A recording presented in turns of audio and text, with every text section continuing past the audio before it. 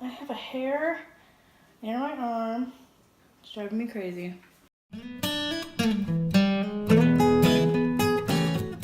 Hey guys, welcome to Recipes Tested. I'm Brianna Robinson, and today I'm going to be doing a non-cooking recipe that I'm going to be testing today using this gross looking cleaner. It kind of looks like pee, but this is a mixture of vinegar, and I soaked orange peels in it for about like 2 weeks. Longer than I should have, but I'm going to be using this today to do a DIY oven cleaner. And I got this recipe from Pinterest from Home Talk on a video. I will link it down in the description below. But I was looking for some DIY recipes to test out for cleaning my oven, because if you've seen my oven in my other videos, I have been purposefully leaving it disgusting, even though it's driving me insane, so that I could really show you guys how these DIY hacks work. And I saw this one and I was like, I've already got the half of the steps to make this. So sorry that that portion of it won't be in the video, but I just took 2 orange peels, put them in here, soaked it in vinegar for a while, and then I just strained the peels out. And I've had this for a while. You can see there's like sediment on the bottom. I hope that it works. But if you guys want to see how this cleaning DIY turns out, just keep watching and I'll get testing. So the first thing I wanted to clean was my oven door, so I went and put my vinegar mixture into a spray bottle just to make it a little bit easier. You guys, I just filled this with water and shook it up, and look, it was so gross.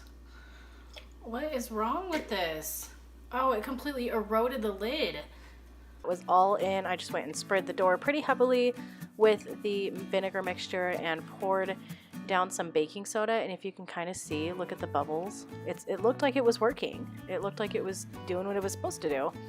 So I went and poured baking soda on the rest of it and then sprayed it again with more of the vinegar spray to help the bubbles activate and kind of lift the gunk off.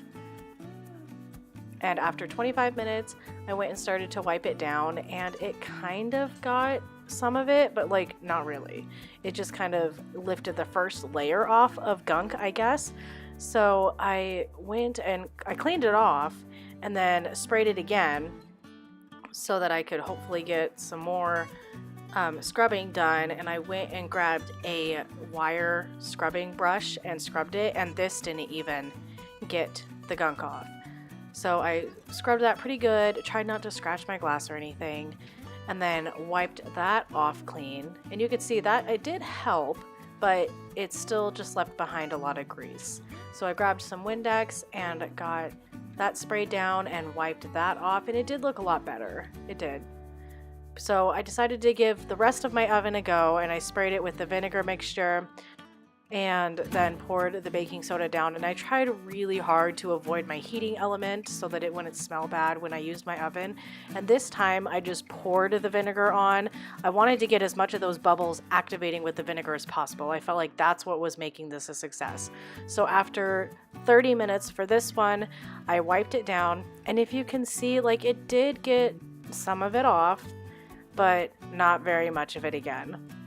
So I just kind of I tried to get all the vinegar and the baking soda out of my oven, and it was so much easier said than done. It's hard to kind of bend over the door and get in there, but I just went and got it all out as best as I could, lifting up my element to help me. If you guys know a way to take that off, that would make cleaning your oven like 10 times easier. But once as much of the baking soda and vinegar mixture was out, I mean, it looked okay to me. All right, so I got the oven all cleaned out. It is a little bit cleaner. I'm not gonna deny that. But for me, I personally don't think that I'm going to do this again, and I don't think I would recommend this to somebody else for 2 reasons.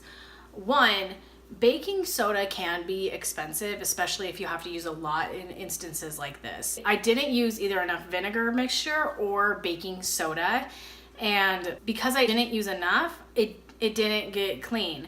And I just think that the way that it looked online, it just kind of looked like she just like lightly spritzed it in vinegar, and just poured a tiny bit of baking soda and it was like spotless. And clearly that's not the case. I mean, I still have a film of baking soda in my oven and it's kind of disgusting. I don't really know how I'm gonna get the rest of the baking soda out. And then the other thing, I opted to use paper towels for this recipe rather than rags. I don't want to ruin my rags with the grease of the oven.